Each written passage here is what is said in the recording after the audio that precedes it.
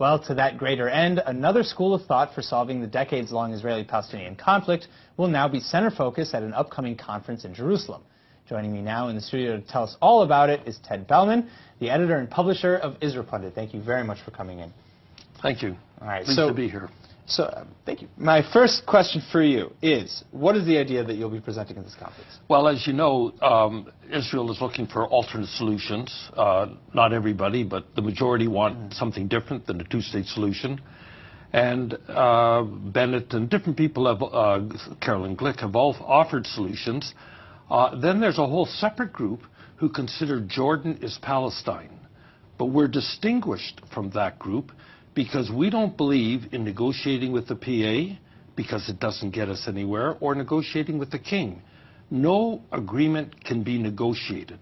So our plan is totally different. So who is going to be in attendance to back this conference? The Jordan Opposition Coalition, headed by Mudar Zahran. Okay.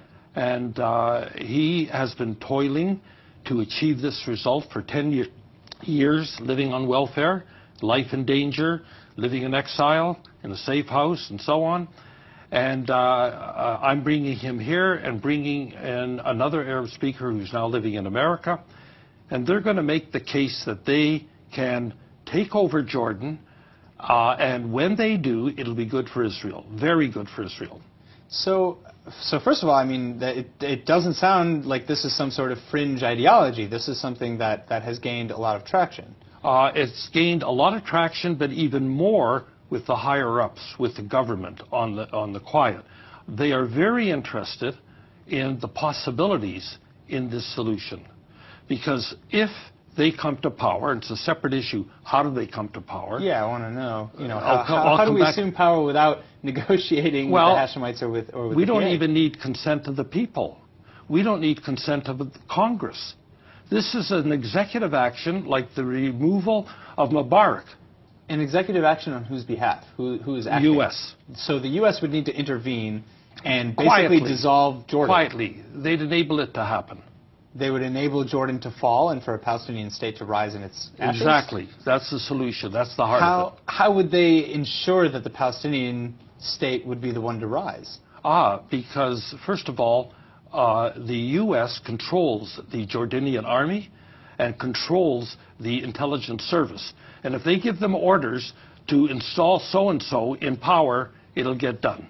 How do you expect the Hashemites to respond to an argument The like this? Hashemites only represent a clan of about 82 people.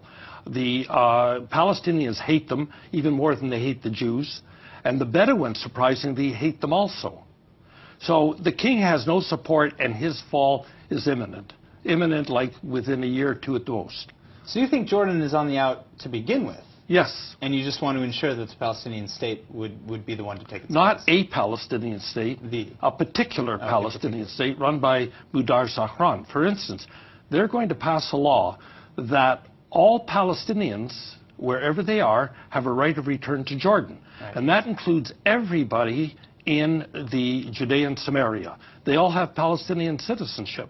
And they will have the right to go to Jordan, get benefits, and everything else. So that's what they're going to do. Plus, they want to normalize with us totally.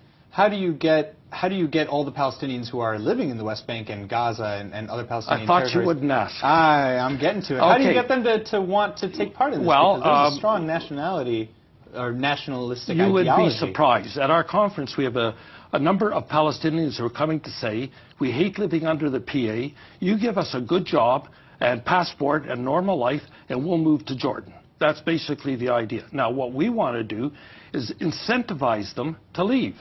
Whatever it takes to encourage them to leave, that's what Israel has to do, and that's the solution. That's the whole idea. And part of incentivizing them to leave is not de-incentivizing them by having economic programs and making it all better. You can't, as they say, suck and blow at the same time. If you want them to leave, don't give them a feather bed here. All right. Well, thank you for coming. I'm very interested to see what comes out of this conference. It's a fascinating ideology, and I'm very interested to see what comes out of this conference. Ted Bellman, thank you very much for coming. Thank you. All right.